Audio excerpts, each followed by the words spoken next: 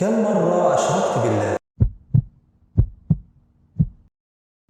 سؤال غريب صح؟ وهو أنت فاكر إن الشرك بالله إنك تعبد تمثال عجوة وبعدين تاكله؟ أو بمعنى أصح إنك تعبد أي حاجة غير ربنا، تعبد قطة أو معزة مش هتفرق، أو حتى تطلع للناس في ساعة استباحة وتقول لهم أنا ربكم الأعلى. الشرك ده شرك واضح وبديهي جدا إنه يكون مخرج من الملة، بس أنا جاي أكلمك في نوع تاني من الشرك، إن أنا متأكد إن مش بعيد يوميا أنت بتقع فيه. الخبر الكويس إن النوع ده من الشرك اسمه شرك خفي، مش هيخرجك من دينك ولا حاجة، بس ده ما يمنعش إنه مصيبة لازم تتوب منها وتوقف عملها. الشرك الخفي ده يا صاحبي ممكن نقسمه ل3 أنواع. النوع الأول وهو نوع أنت معتقد بيه، النوع الثاني نوع أنت ممكن تقوله، والنوع الثالث وهو ممكن ان انت تكون بتعمله. النوع اللي انت معتقد بيه زي ان انت تكون فاكر ان في حاجه ممكن تنفعك او تضرك غير الله. اما النوع اللي انت بتقوله زي ان تحلف بغير الله. خد عندك بقى ان تحلف بالكعبه او بالنبي او حتى بشرف الست الوالده اللي ايه دخلها بصحيح. حاجه كمان زي ان تجمع بين مشيئه الله واي انسان ماشي على الارض، او تقول لصاحبك الانسان توكلت على الله عليك. النوع الثالث والاخير نوع انت بتعمله، زي تتمسح بالشيخ فلان وتروح تتبرك من قبر الشيخ علان، او تعلق عين على باب بيتك وخمسه في عين العدو. كل دي حاجات ناس كتير بتعملها ووقع فيها بشكل كبير، والمشرع لما وضعها في منزلة الشرك الأصغر، وده لأن الاستمرار عليها هيخليك تركب زحلقة الشرك الأكبر اللي للأسف نهايتها في جهنم. خلي بالك يا صاحبي لا تقع، ولو وقعت